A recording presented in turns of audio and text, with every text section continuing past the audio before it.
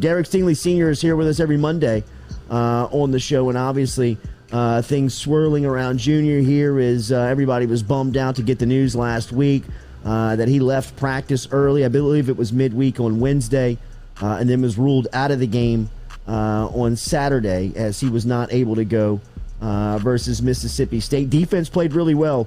As we talked about, Durante Jones had those guys ready to play, and Cardell Flott came up with a nice open field tackle that caused a fumble and then an interception for a couple of takeaways for the Tiger defense on Saturday. They missed number 7, obviously their leader and really the face of the group overall, and his dad, Derek Stingley Sr., is with us here every Monday on the Jordy Culotta Show. Good morning, sir. How are you?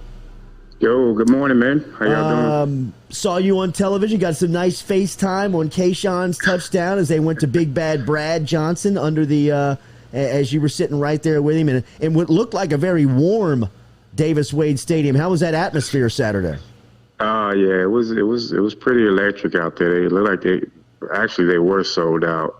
It wasn't as warm as most people thought. I was getting a lot of text messages about the same thing, saying, "Hey man, where's your hat?" Yeah, Feel like right. It's hot out there. I was concerned for your head when they showed you. It was the sun was bouncing off of you. Man, it was like about 70, 77 degrees, if that. It was a morning game. It was just a bright, sunny day, though. I mean, it was a nice day for football, for sure.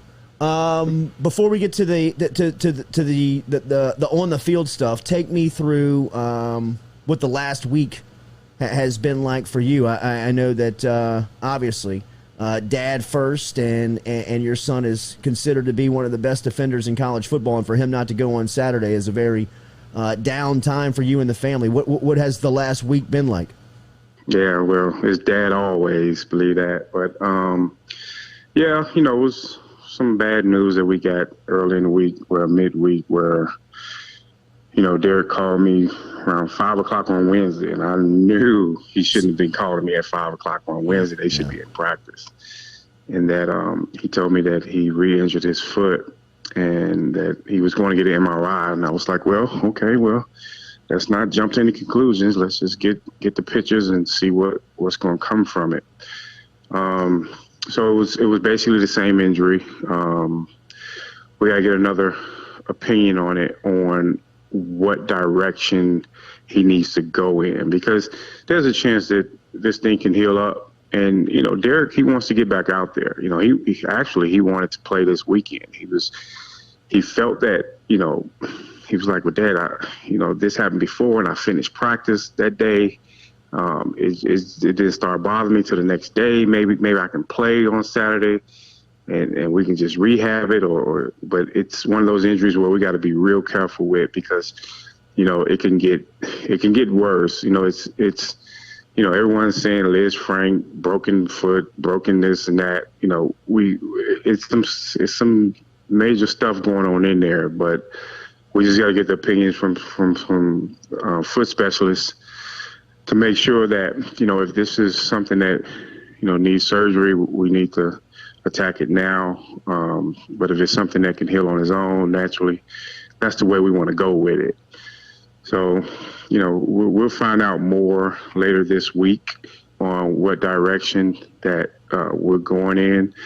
He has no swelling in it. There's no bruising or anything like that. It's painful. I don't think that he can be the athlete that he wants to be without some form of rehab or possibly surgery. So we'll know at the end of this week on what we have to do with it.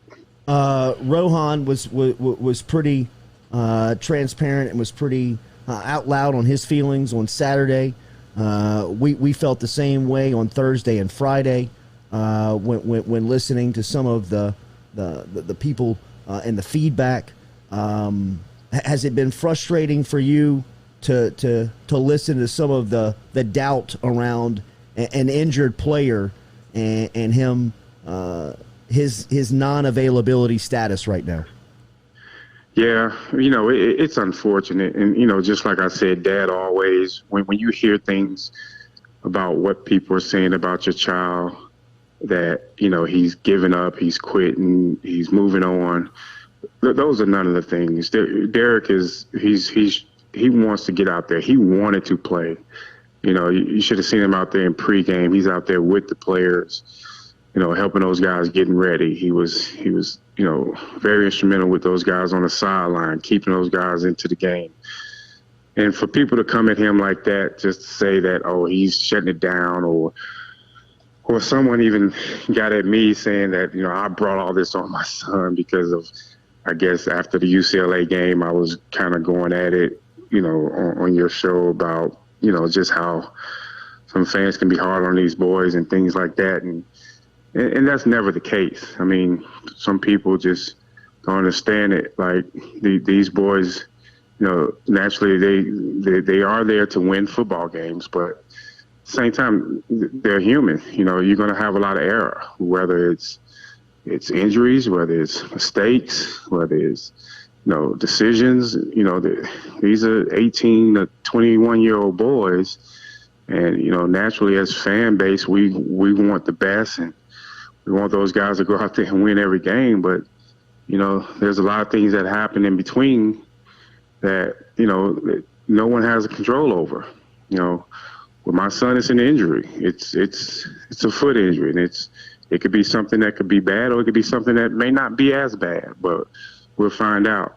I just don't, you know, it's tough dealing with the fact that, you know, grown-ups or fans really attack, you know, my son. My son never asked for any of that. Like, he never not once stood on top of anybody's soapbox, beating his chest, saying, I'm the best player of this, and I'm the top guy of this. Someone else has always said that about him. He's the most humble kid.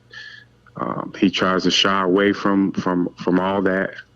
As we know that he's very quiet, and, you know, because he don't want attention. He just loved playing a sport that God gave him a gift to do. And it's something that he's been doing since he's been a young boy.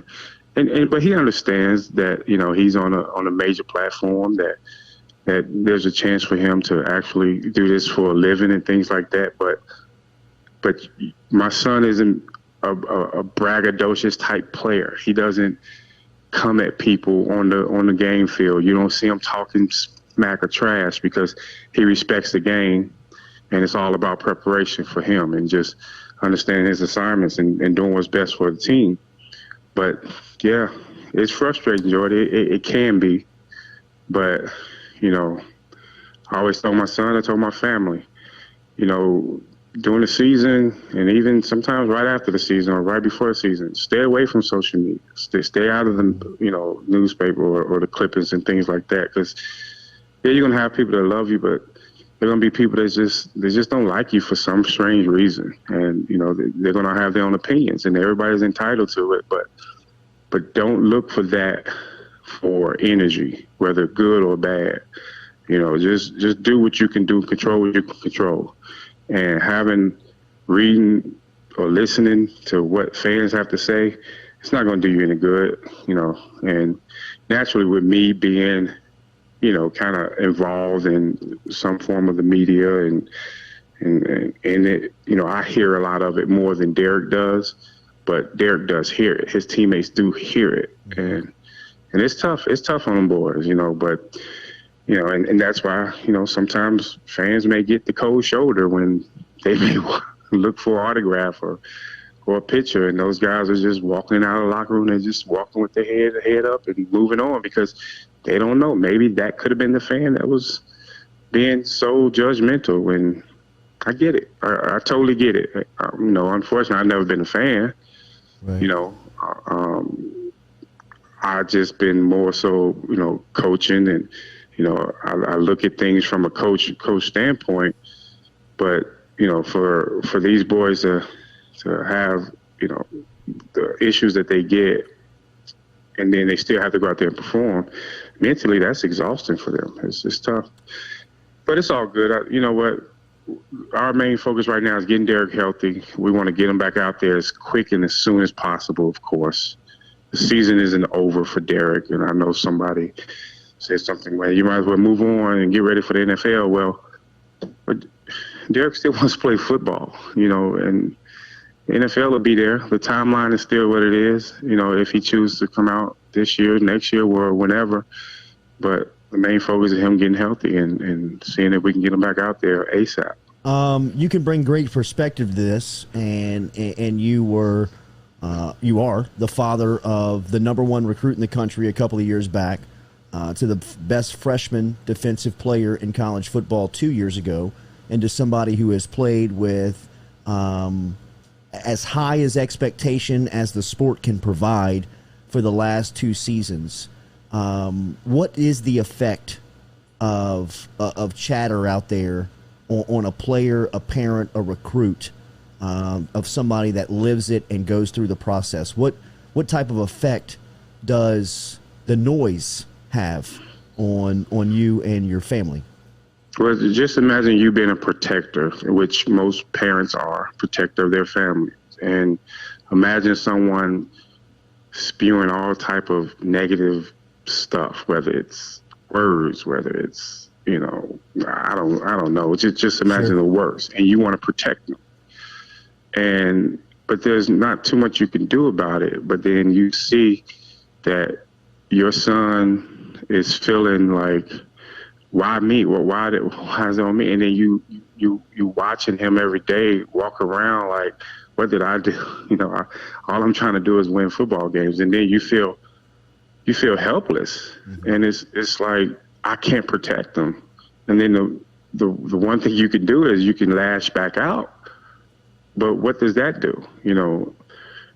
I used to say, don't give them life. Don't speak on those people that say things behind a computer or a phone, because those are the same people that probably want to be you or wish they could be you, but they can't. So now they either mortgage their future or betting or something, and they're that upset, and that they're coming at you like that. And I was talking to another parent the other day about it. They're a new parent. Their son's a freshman on the team, and he was like, "Oh my God, I have to turn the radio off now." I was like, "It's so hard." He was like, his wife couldn't even deal with it, like to even pay attention to try to hear any positive or just to listen to information about the game that just happened. But then all this other stuff comes up about this player and that player, and all these people having their own opinions. And some people, their words carry weight. And then when the masses agree with it, and then next thing you know, there's the narrative, and that's not even the case. And it's hard because you can't, as a parent, protect as much as you want to. But then you got to understand that, these people have their own opinions. They can say what they want. And then you just try to keep talking to your son and say, "Hey, man, look, just go out and do your job. Don't worry about that." Now this is not like a constant thing. Sure. But they hear it, and it comes up. And he's like, just go out and play. This is what you chose to do, and these are some of the things that you have to deal with. So guess what? It may get even worse if you choose to move on to the next level, because now you're doing it for a living. So, take it as, you're learning how to deal with it now, to where when it really matters, when you're making a livelihood, you can really know how to go through it. But yeah, it's been hard, because my son never asked for it, just because he's a good, talented player. Yeah. That you've had, people in the media, the writers, TV personalities speak highly of him. And don't get me wrong, he's grateful for it. We're grateful for it. But in his mind, he's just doing his job. As a coach, me, and as a dad, me training them and coaching them, how many times I've been on your shows, Jordy, I've been like, well, he could have done this, could have done that. And I'm constantly like, I'm happy that he's accomplished what he's accomplished, but I'm like, I'm looking for him to, Derek, but you've done this in the past. Think about it this way, or move next time. Look at this. It's a constant talk through, coach through type thing. Sure. Not praising like, "Oh my God, dude, that interception you made. Oh my God, you shit this guy. Oh my." It's not that. It's not with us. It's not. He loved football. I think. You just put him on a patch of grass anywhere with a ball and a couple of friends, he'll have just as fun doing that than what he has in Tiger Stadium and the other stadiums he played. So, fans just need to understand that these boys are human, and that's it. I mean, it's nothing behind it. But once again, we just want to get that boy back on the field. Absolutely. Absolutely. I know you're not a doctor, and I know you're your dad and coach and what he wants to do. Do you think he plays again this year? My feeling is there's a good chance if we get the diagnosis that we're hoping for. Uh-huh.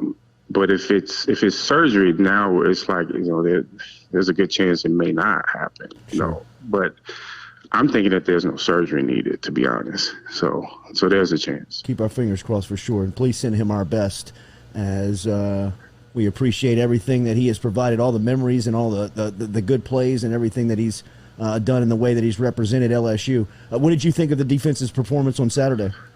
That's exactly what I think I explained it to you the week leading up to it. I said, oh, my God, if they drop 8, I think Mississippi State will get impatient, and they have to dink it down and throw the short passes. And, I thought that for them to try to throw the ball 62 times, that's freaking crazy. But that's their offense. And I said, if we just spy on the running back, because that's his check down, but they did a good job of conversion on the tackles and things like that.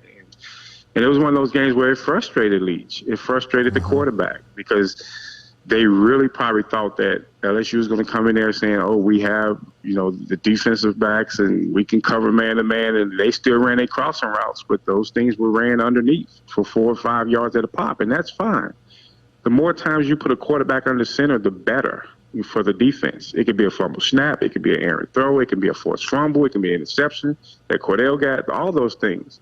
So, in my mind, great job, defense. I mean, yeah, some people still don't like the stats because the guy threw for whatever many yards he threw for. We know it was a ton, but bottom line, we got the win, and offense did just enough, to get us over the hump. So our first SEC win of the year, and thank God that we pulled it out.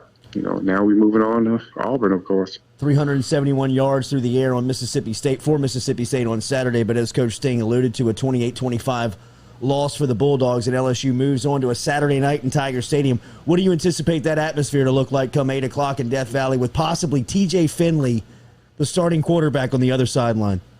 Man, it's going to be wild. I mean, just to know that TJ actually started for us a few games last year, that he was with us just a couple of months ago, and now there's a chance he can come back here and start and play.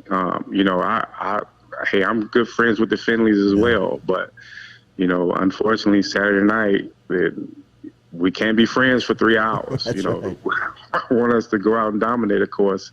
I wish them well the rest of the season, but, I hope that they don't have their best this game. But I think it's going to be electric. I think it's going to be one of those games where, I think there's going to be so many storylines and emotions will be running high from possibly TJ, from, TJ's family, heck, Auburn. From what I heard, they hadn't won here in I don't know how long. 99.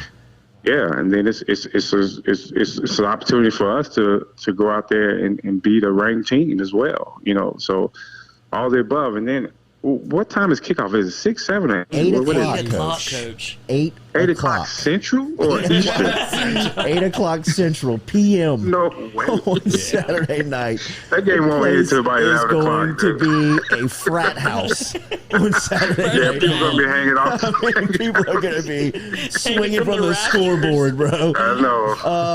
That is unbelievable to think about. Derek Stingley Sr., one of our favorites here on the Jordy Culotta Show. Can you imagine what Jimmy Chase is right now, how he is acting right now? Oh, my goodness. Jamar.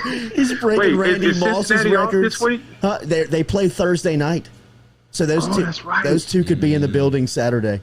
Oh, I can guarantee. No, matter of fact, I guarantee Jimmy Chase will be sitting next to me. Well, then cool. I'll be sitting next to you.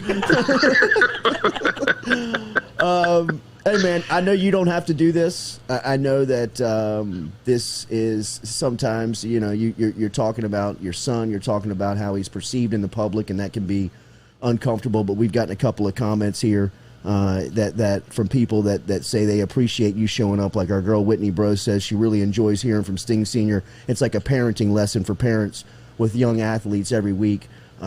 We just want you to know how much we appreciate you coming onto this platform and expressing your thoughts, your opinions, because we know you don't have to, and the people want to hear from you, and it's got to be tough to talk about your son, somebody so talented that, like you said, he's never labeled himself as the best cornerback in college football. We've done that, and the way that he's handled and represented himself has always been first class. So thank you for your time. I just wanted that to be said this morning.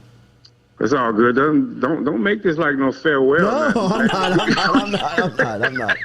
I'm really not. Well, tell everybody we appreciate it, but we understand that it comes with the territory. We really do. But it's like I said before. It's just imagine you just standing there and you have to take bullets and can't do nothing about it. That's tough. It is. It is very tough.